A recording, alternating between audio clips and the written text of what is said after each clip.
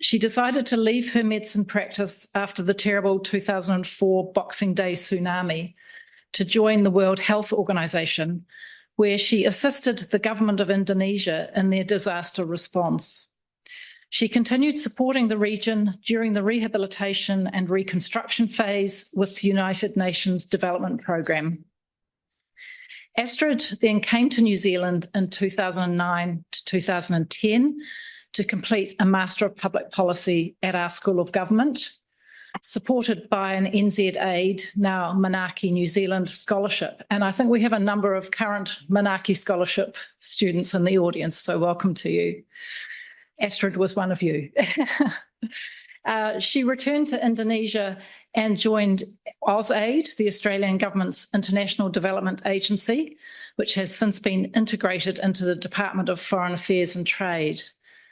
From 2011 to 2015, Astrid led Australia-Indonesia bilateral development programs in the health sector before transitioning to decentralisation and governance from 2015 to the present.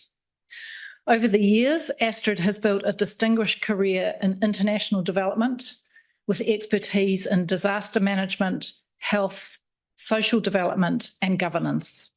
She's designed, monitored and evaluated numerous programs while managing multi-stakeholder partnerships. No mean task.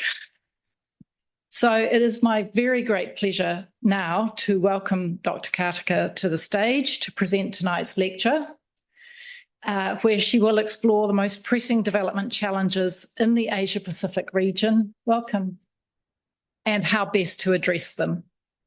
Astrid will speak for about 30 minutes, and then there'll be time for questions from the audience. So prepare yourselves to ask some insightful questions. And afterwards, we will have refreshments and the opportunity for further engagement and networking outside.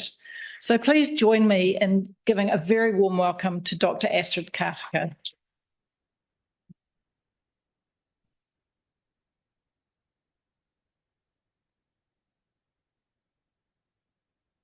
Well, kia ora, good evening, everyone. While feeling really honored, I'm actually really nervous. So please bear with me. But being invited to come to New Zealand after like 15 years since I graduated in 2010 is a huge privilege. And when I received the invitations letter, it was towards the end of 2024, I thought it was a prank. And I asked my daughter to actually, Google, and do you really think it is a serious invitation? And because the school was closed back then, it was Christmas and New Year's break. So I only got a reply after a reply to the invite around second week of January.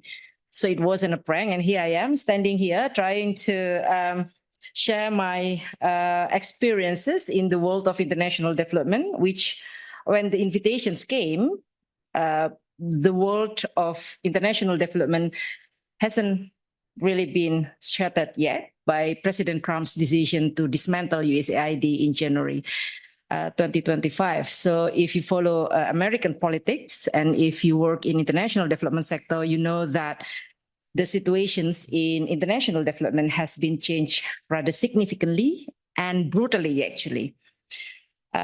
So I might touch on that a little bit, although, I try to avoid sensitive issues, but since this is an academic kind of setting discussions under Chatham House rule, we can actually discuss about so many things.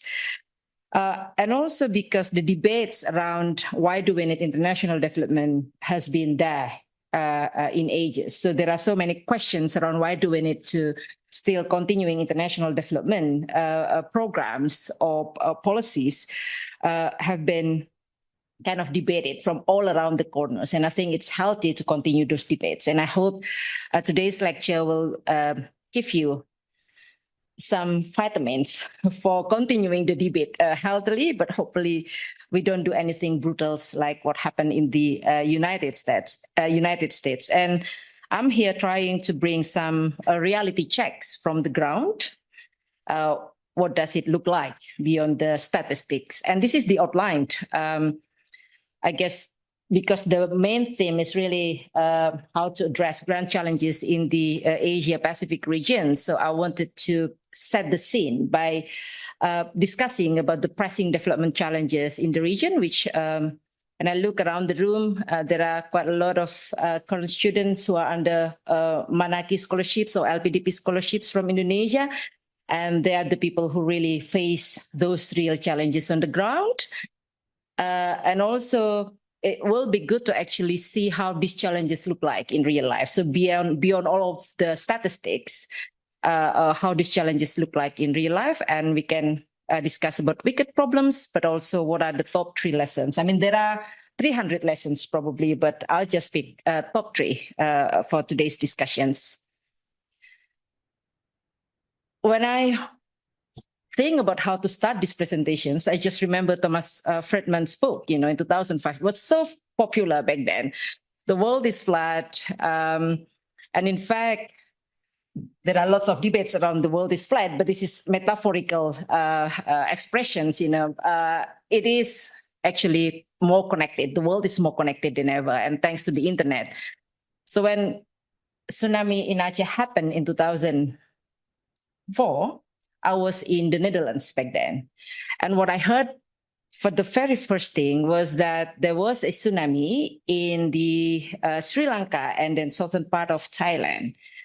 That was the news that I've heard in the morning while I was in Amsterdam back then. And then when I look at the map in the news, I said, that's in the western coast of Indonesia, of Sumatra. So that's not possible that part of Indonesia wasn't hit by the earthquake and tsunami, but there was nothing, no news at all about that hitting Indonesia's part of Sumatra.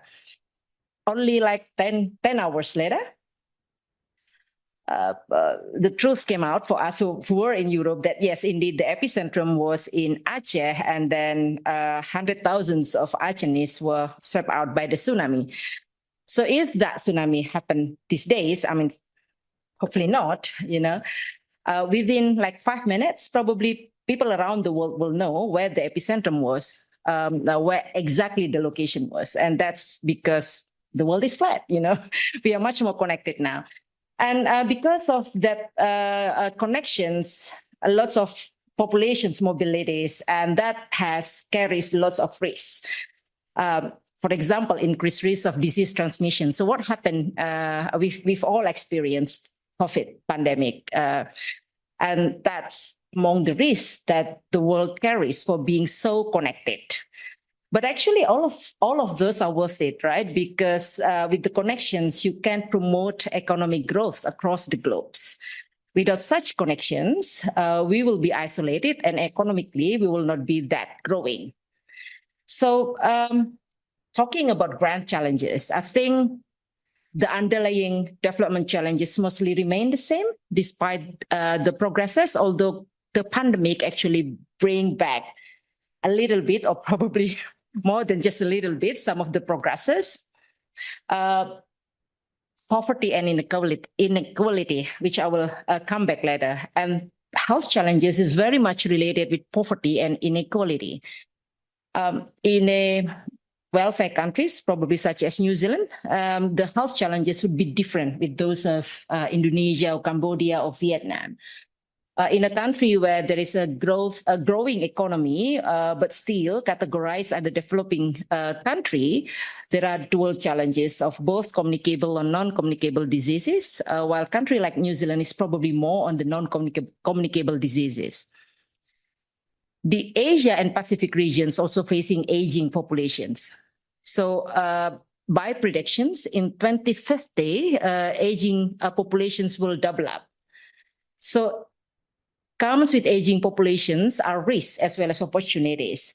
So you've got more people who are hopefully living longer, but also being healthy, and therefore can be tapped or capitalized for its economic opportunities or economic strengths, but also there are risks around the health of these aging populations, which will require the country to deal with it rather differently with the way it is now being handled. There have been increases in vulnerability to natural disasters, including those triggered by climate change. So when I left Jakarta, when was it? I forgot. Today is Thursday. So Tuesday afternoon, pardon me, I'm getting old. So Tuesday afternoon, Jakarta had a big floods. So I was actually running away from a big flood from Jakarta, which we've seen more and more often happening than not. We didn't even have monsoon period, but why did the floods keep coming back to my city? So those who deny climate change is probably living in a cave, you know. They don't realize that out there are changes in the way, climate's acting. And all of this also triggered, but also can be triggered by conflict and instability. We see that poverty often leads to regional instability in a country like Indonesia, which I can show you later, how some of the stark differences in the Human Development Index and the poverty can lead to some conflicts and instability, which will actually create some chaos and affects the region. So why where should I, if I wanted to go back, there we go. So why I put poverty and inequality in bold, because that's basically the most underlying challenges. So there is always a question, why do we need to address poverty and inequality? Poverty and inequality are conjoined, and narrowing inequality will accelerate progress on poverty reductions. And if we could address that, it will build a strong foundations for peace and stability. It can also foster greater economic growth. And if a country's economic growth is stable, then it will actually strengthen a country's economic ties with other countries. So it is not only benefiting the country, but also benefiting the region. So if New Zealand wanted to strengthen its economic ties with Indonesia, for example, you wouldn't be able to do that if Indonesians are mostly poor, because one has to have a proper economic means to be able to do trade transactions with other countries. So that's why then addressing poverty and inequality is very important for the country, but also for the region and for the world. However, ending poverty remains a major challenge. So this is the latest publications from the World Bank, where it shows that global extreme poverty reduction has slowed to a near standstill. And actually, COVID pandemic reversed the progress, as you can see from the graphs. So I wanted to bring your attentions to the poverty rates being referred here. There are three types of poverty rates. So poverty rate at $2.15 spending per day, the red one, is commonly used across Asia and mostly Pacific as well. The World Bank has been trying to argue that we should be actually using 6.85 spending per day as the measure of poverty line.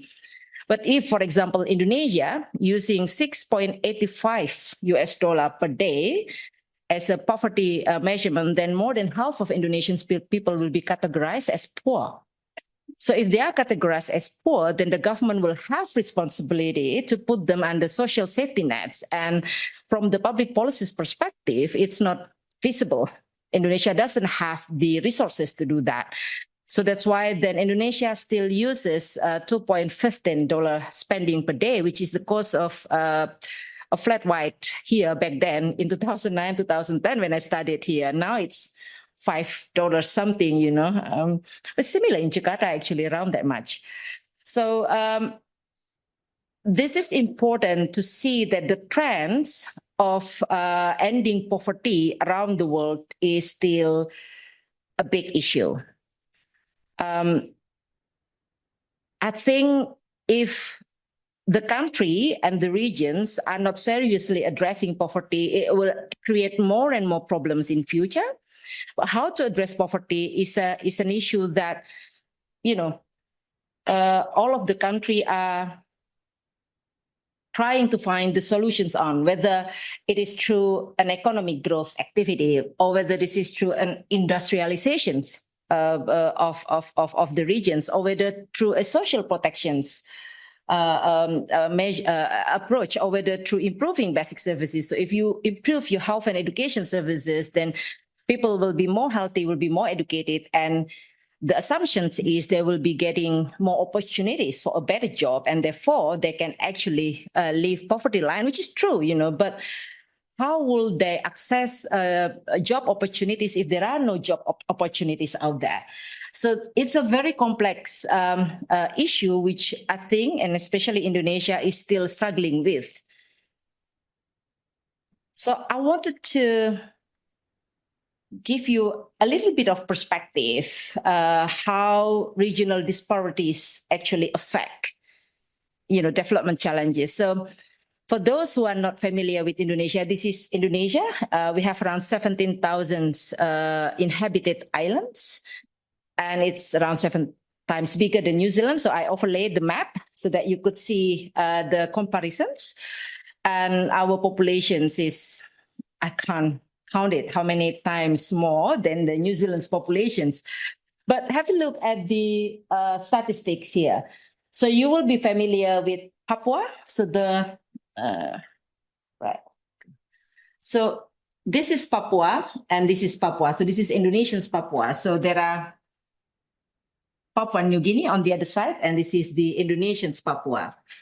And this is Aceh, where the tsunami hit earlier. So I'm picking up these two. You can see here that in 2021, I still use 2021 data because back then we still have 2 provinces in Papua. Now we have 6 provinces. 27%, so more than 1 out of 4 people in Papua live in poverty.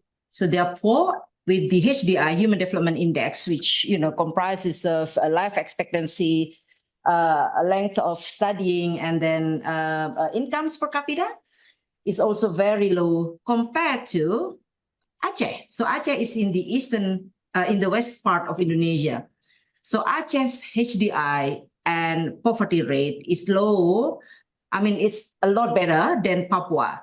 While this is Indonesia as a benchmark. As a country, we are at below 10% of people living in poverty, with this still pretty low actually compared to other countries around Indonesia.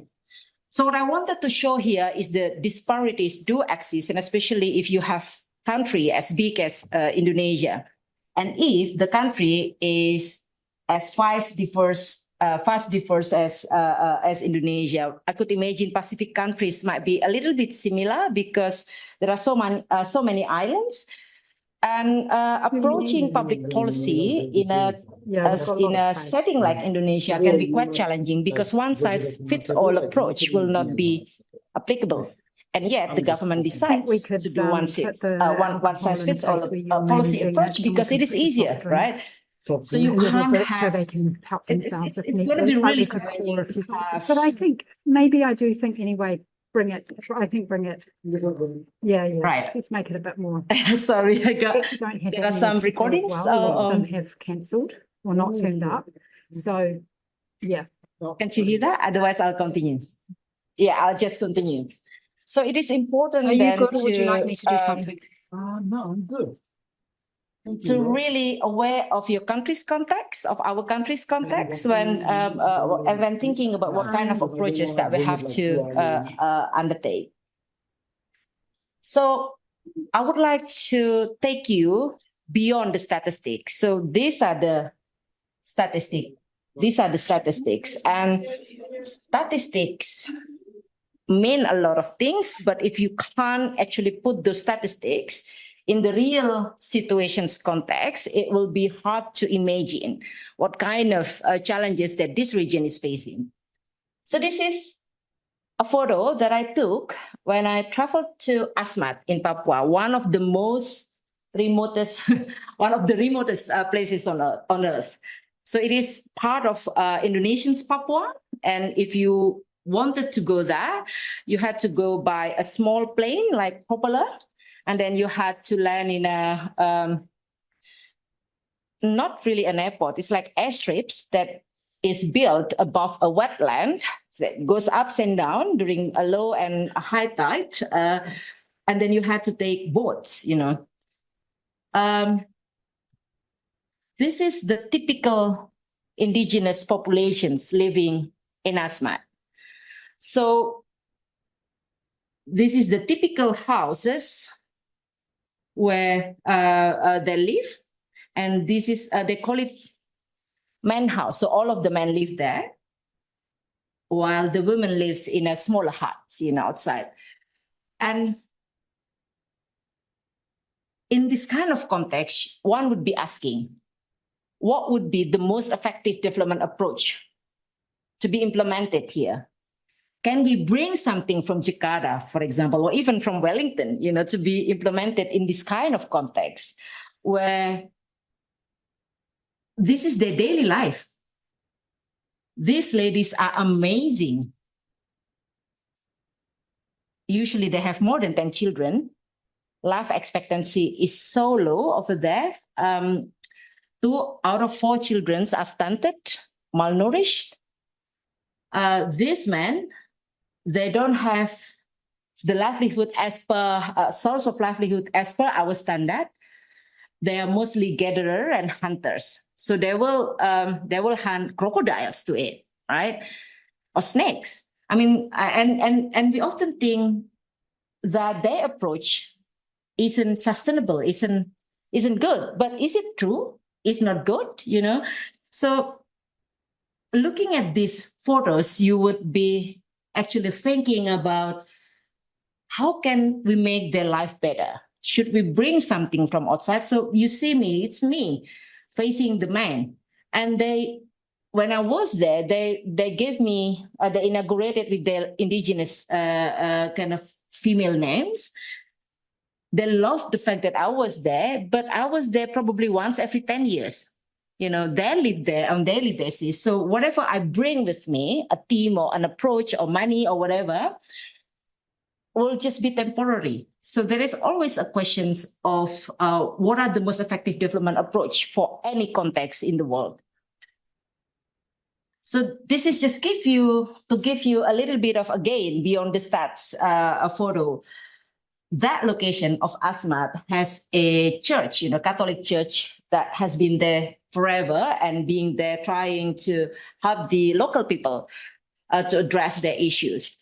And what they do is they listen to local people, they try to speak their language, and then what they do is try to strengthen local resilience. So that's probably one of the key things that is good for us as an outsider to be looking into how to support and strengthen local organizations and strengthen local resilience. So probably what we think, what they need is not necessarily what they need. So another example is this one. So this is where the island was hit by earthquake following the tsunami of Aceh, so in March 2005. And the disaster, based on our experience, actually brings a lot of opportunity to build back better and address development problems comprehensively. So you can see here from the photo, this is the usual house. And then this is the kind of constructions that disaster response is bringing into the area. So they introduced, it was still being constructed, you know, brick house, which looks nicer than this one. But the question is, can this area, whether that's a country or province or districts, do so on its own without assistance from others? So when Christchurch was hit by earthquake, for example, did New Zealand need help from external assistance from others? Probably not, because you are self-sufficient. But for area like NIAS or Indonesia or any other developing countries, they will need assistance from others. So I'll come back to this later just to show that that's what international development does. So this is another example again from Aceh, NIAS earthquake, tsunami issues, still the same issues. But then I always have this question. So when does an outside assistance brings more harm despite its good intentions? So I wanted to actually take as many photos as possible and put it here, but then it becomes crowded. So these photos All right, so I'll start this one. So this is the old hospital that was actually severely damaged. And this is the new hospital that was built after the disaster using the build back better approach. But this one in the middle was the only surviving health center that unfortunately could not be used. Why? Because that health center was used to to store all of the donated medicines. So all of the donated medicines were supposed to be stored in a good building, right? So this health center unfortunately could not be used for treating patients because they were used to store medicines, which unfortunately we had to destroy. So there are around hundreds of tons were being destroyed in a cement kiln, in a cement factory, because majority of them were damaged, expired, labeled in foreign language, could not be used literally. So there are risks of outside assistance that could bring more harm despite its good intentions. So likewise, here, we probably bring more harm, so rather than actually helping them to live a better life. So that kind of conscious questions will have to be asked repeatedly whenever we are getting into a new territory. So, here all are scholars, and we often discuss about wicked problems. There are so many problems in the world, and many of those could be solved. There are lots of examples of the approaches being used, but there are also many problems that just stuck there, cannot be solved. And it's interesting because the terminology wicked problems became very popular in around 2011-12 with the introductions of problem-driven iterative adaptations. So it was a buzzword back then in the international development world. PDIA. So we often call it PDIA. So literally every single donor tries to do PDIA, where it tries to help the country to solve wicked problems, which was originated in 1973 by social planners Riddle and Weber. You can read here where that terminology came from. So basically, these principles is talking about localizations, how to localize the problems, and then how to localize the approach. But just imagine a country like Indonesia, where you have 75,000 villages that makes up around 60% of the region, trying to do 75,000 approaches all together at the same time. And then central government will say, come on, guys, there's too much, 75,000 local solutions. How we can manage that? So there is a risk of actually sustainability here and then scaling up.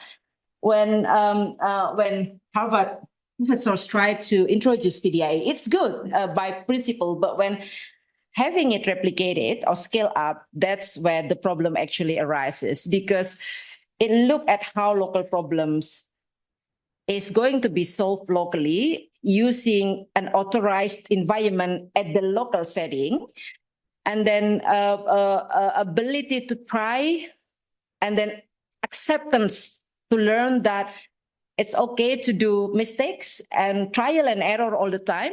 You can't do it in a bigger setting, right? So if you keep doing trial and error, you will lose votes from your citizens. So while this is very ideal in terms of approach to address wicked problems, it's not always replicable. So I guess that's what I wanted to highlight from this slide. So now comes to the lessons. As I said that there are probably 300 lessons, but I wanted to focus on top 3 lessons. So lessons 1 is we have to know who the actors and their incentives. And there is a tool. I mean, all of us know about political economy analysis. It is used a lot to identify who the actors are, how they interact, who oppose on one particular issue, who actually supports that particular issues. Is there any formal, informal mechanisms that we could use? And the skills of political economy analysis must be mastered by, well, I would say everyone, not only those working in the international development setting. It takes lots of patience actually to really master the political economy analysis, because once you get your emotions involved, then you can't see things really clearly. But the World Bank provides a very nice kind of framework on how to do the political economy analysis. But there are three prongs of kind of groups that we have to be identifying or analyzing. So who the actors and stakeholders are here, and it can be literally anyone, right? And what are the institutional variables that we have to be aware of, and what are the structural variables, you know, the preconditions in this context, and then how all of this interacts. So that would be my first top 3 lessons on the issues. The second one is align the objectives. Now, the question is whose interest matters most. So I'm copying here, copy and pasted lots of news, and I made it in gray so that you actually don't see it clearly, intentionally. But here is the most recent news around the USAID issues, where President Trump's highlighted the importance of realigning all of the international assistance with with America's first policy. And this is, I guess, there are followed by, you know, Dutch government, who also announced a cut in international development funding, and then to focus on the issues that the Netherlands are having comparative advantage on, and aligning those with the Dutch national interest, and then UK also followed suit. So Australia will be having elections soon. So we've been waiting rather nervously on what is the outcome of the elections. But the issue here is it wrong to actually have one national interest being clearly articulated as the hook of the international development priorities? I don't think it is wrong. However, if you wanted to work in a sovereign country, in a different country, then you will have to have a dialogue to make sure that the objectives are aligned. You know, and I think that's where often Western countries miss things out, you know, and thinking that I'm bringing here money, resources to help you, and you just need to accept it. But no, you can't do that. You can't do that. And I've seen changes. For example, I can't speak on behalf of other countries, but at least in Indonesia, when I started my career in international development during tsunami era, my WHO office back then was having 99% of its staff coming from outside, and then telling Indonesia's government on what to do. But over time, those expats actually left, you know, and there are more and more and more local people taking over and steering the development. And these days, Indonesia's government would be in a very strong position, and it's much stronger than 20 years ago, in telling other bilateral donors or multilateral organizations that what you're offering is not what we are needing, or how you are introducing your approach is not suitable with our current situation. So why this transition? It's because Indonesia is getting stronger and stronger. So the key to, no problem, welcome.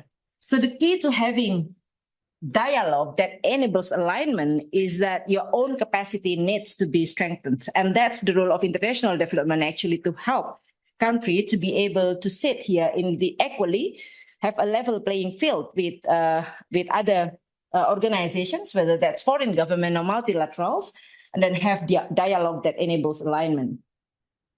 So still related with lesson number 2, and as I said earlier, that we have to empower locally led development.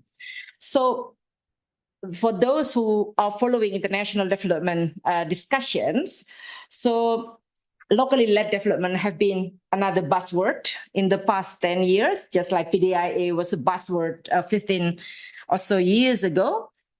But it is very good, actually. It is a very good principle to enable local problem solving by empowering local people so that they could lead locally led development. I don't want to explain about why. I mean, it's obvious, right? It is key to sustainability. It is key to effectiveness, and it is key to effective partnership. But how to do that? That's a problem.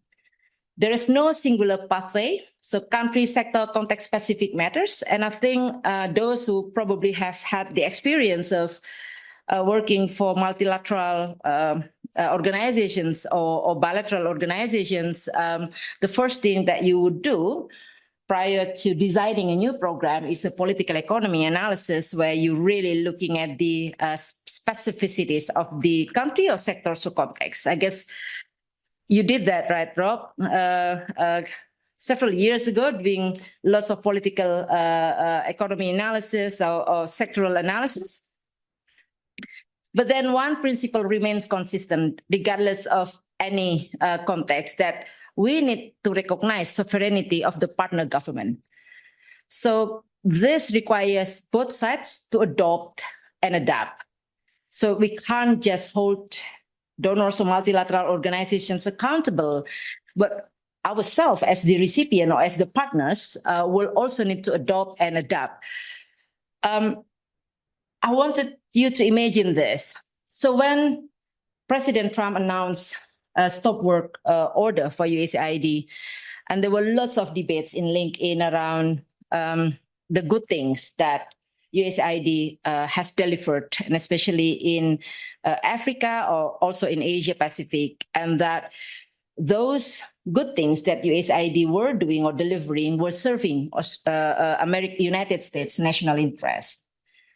And then reactions came from the countries where USAID were working, like, all right, so all these years, what you were doing actually not helping us, but you were doing it to serve your own national interests. And then it's just so fascinating to see that debate if you look at it from the academics point of view. And I think that's why then what I emphasize being two sides need to adopt and adapt. That includes developing countries, Southeast Asia or Asia Pacific regions, to continuously build our ability to be at the equal or level playing field with these donors countries, to be able to kind of have a dialogue that align our objectives.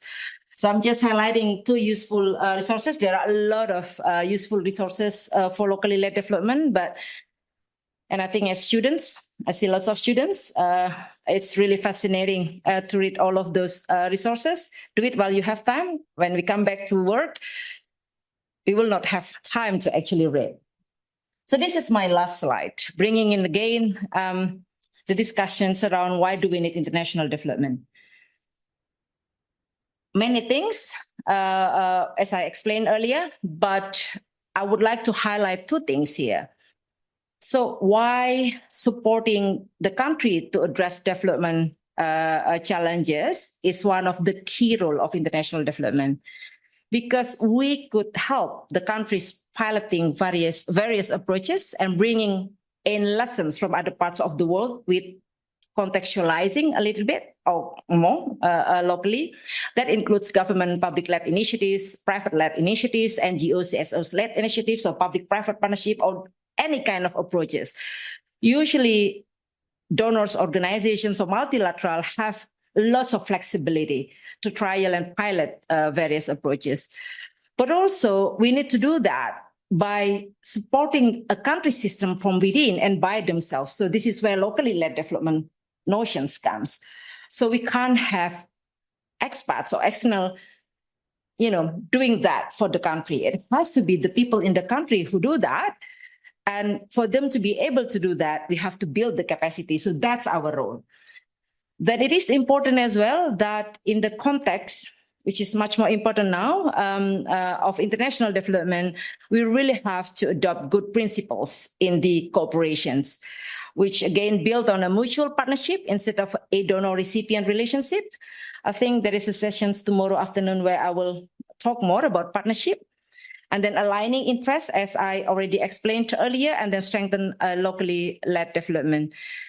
And as I try to look for a better way to conclude these presentations, I can't find any other than, what Nelson Mandela said, that it is in our hands to make a difference so that we can change the world to be a better place for all of us.